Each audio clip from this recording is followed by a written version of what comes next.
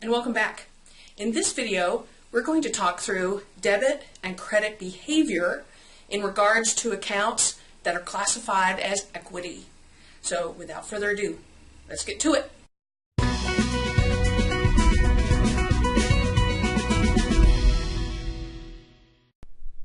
Hey, welcome back. Today we're going to be talking about equity as a category in the chart of accounts. We could have hundreds or thousands of accounts that are actually associated with equity as a category. Equity is defined as the ownership interest in a company. So funds contributed by owners and retained earnings or profit and losses over time. The types of activities in an organization that will trigger us or cause us to use an equity account is when we sell stock, for example. You see this all the time. Companies that are publicly traded, that's why they do this, is they want to sell common stock.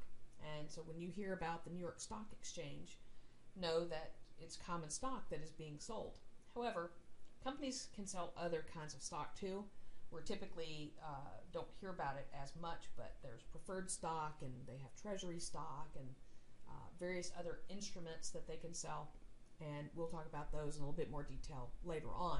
But just know that one of the ways to build equity in an organization is to sell stock.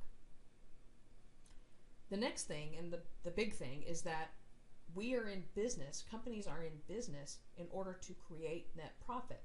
So that net income or net loss every month or period, that goes to our balance sheet, and hopefully we're making profit all the time.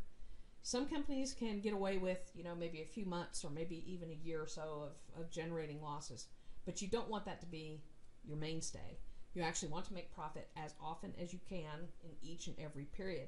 That net income or net loss goes into the equity portion on the balance sheet. So let's look at a few examples here of how debits and credits work when we talk about equity. So when we have preferred stock and we issue it, we sell it, then we're adding to or crediting preferred stock as an account. If we retire that preferred stock, buy it back and retire it, then we're taking away from or subtracting from, and we debit that account. So any equity account, the ending balance or the normal balance is a credit. So when we add up all the transactions at the end of a period, the net amount in that account should be a credit balance. So when we want to increase equity, we credit it. When we decrease it, we debit it. Common stock works exactly the same way. When we issue common stock, we credit that account. If we ever buy it back and retire it, then we will debit that account. All of these rules are exactly the same. Retained earnings. If we have a net profit during a month, then we're adding to our retained earnings. If we have a net loss, we're subtracting from our retained earnings.